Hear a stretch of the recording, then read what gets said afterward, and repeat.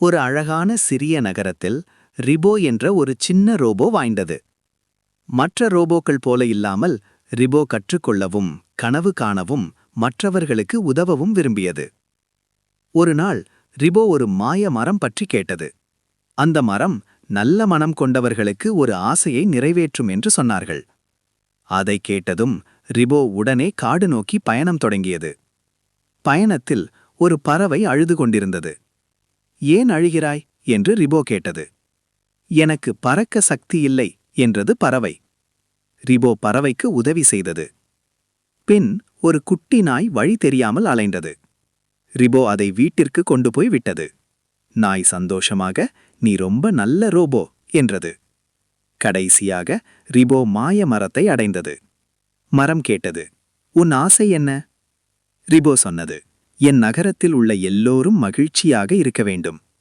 மாயமரம் சிரித்தது. அந்த நகரம் முழுவதும் மகிழ்ச்சி பரவியது. நண்பர்களே, உண்மையான மாயம் என்பது நல்ல மனம்தான்.